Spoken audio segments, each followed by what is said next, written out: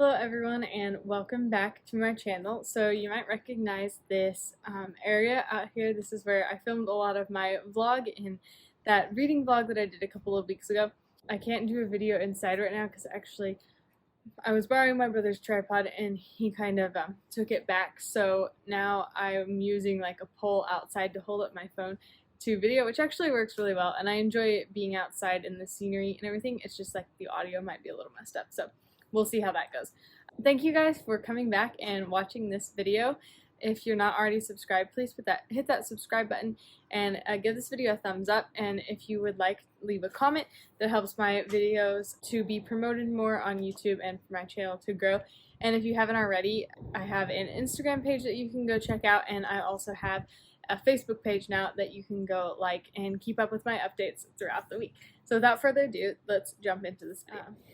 So today's video is the mid-year freakout tag, which I think is such a great name because you get halfway through the year and you realize that you're 4 books behind on Goodreads and you really need to speed up the reading.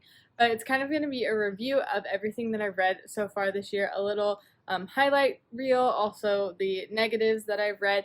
So I think this is going to be really fun. It helps me a lot to go through my Goodreads and see what I've been reading so far this year and to kind of get a refresher on what my favorite ones have been, what my least favorite ones have been. So question number 1 is, what is your favorite book of 2022? So of all the books that I've read, as I was looking through, I did pick books that I had read this year for the first time. So my favorite book I think so far is The Fountains of Silence by Ruta Sepetys. I just really loved that book, and I think it's going to come up in some of the other questions today.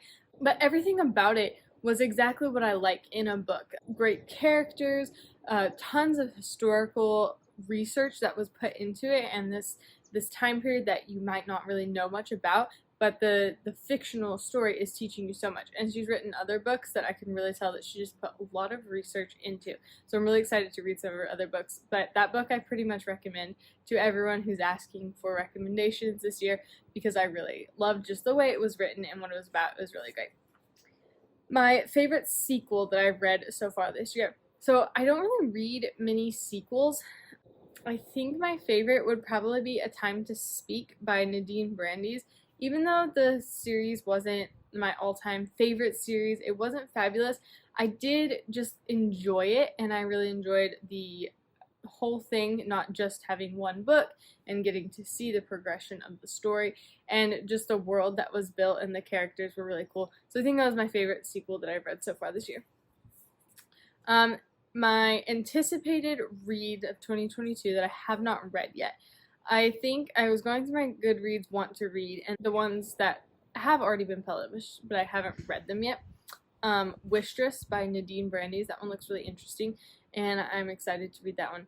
And then Return to Boone's Hollow by Kim Vogel Sawyer. That one looks really fun. I've seen like Lindsay from Christian Books for Christian Girls or something like that. She talks about Return to Boone's Hollow and how she really likes that one, so I'm looking forward to reading that. And then anticipated release for the rest of the year. I actually have already bought these, which is the first time I've ever like really pre-ordered a book, and I'm really excited for them to come in because these aren't books that I would normally read in print. Usually I would listen to them, but I thought it would be good to actually have a hard copy, so I'm really excited to get these.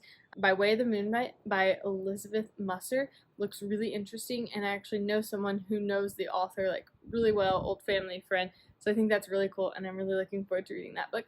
And then All the Lost Places by Amanda Dykes. I've enjoyed Amanda Dykes. I wouldn't say she's my favorite author, but this one looks really interesting, and I really like the cover and how it's laid out and everything, so I'm really interested to read that book.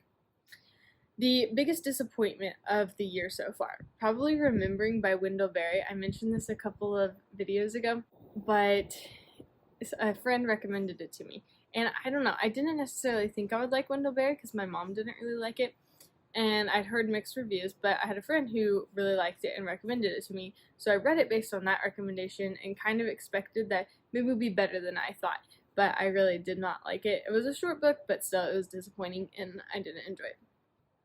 Biggest surprise of the year, though, would probably be In the House of Tom Bombadil by C.R. Wiley. I actually have it here. This one. I mean, I thought I would like it. My dad read it and gave it 5 stars, but it just surprised me in how good it was. It was even better than I expected, and it wasn't necessarily just about Tom Bombadil. There was a lot of other things about Tolkien that I learned and really enjoyed. So I would definitely recommend this book. It was a 5-star read for this year, and it really just explains a lot about Tolkien and about the Lord of the Rings and all of his other books. It references some of his other writings. So I really enjoyed this one, and it was kind of a surprise to me.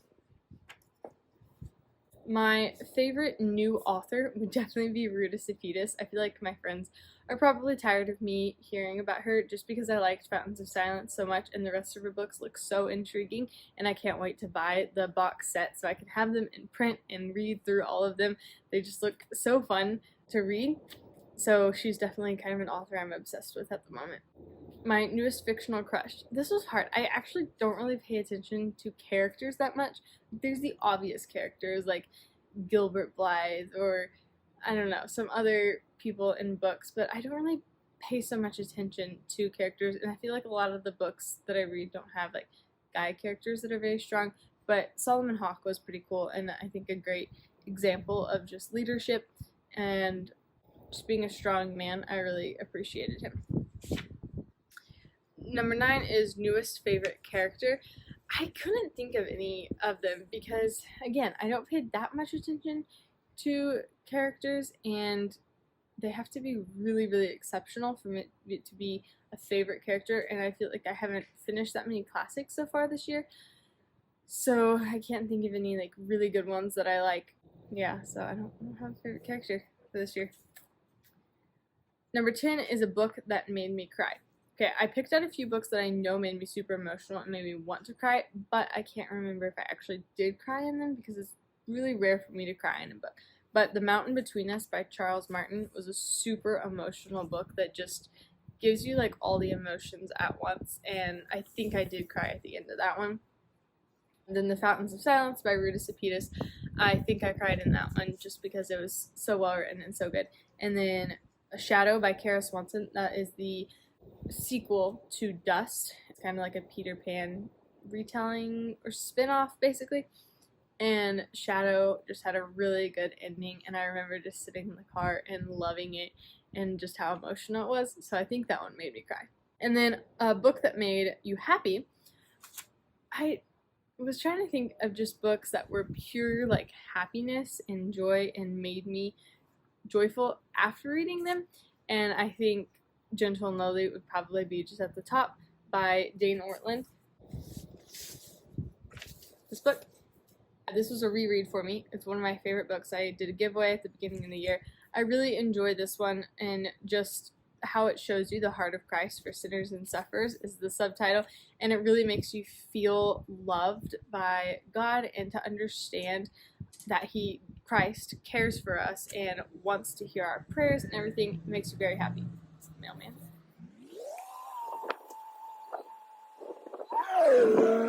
Question number 12, most beautiful book bought or received this year.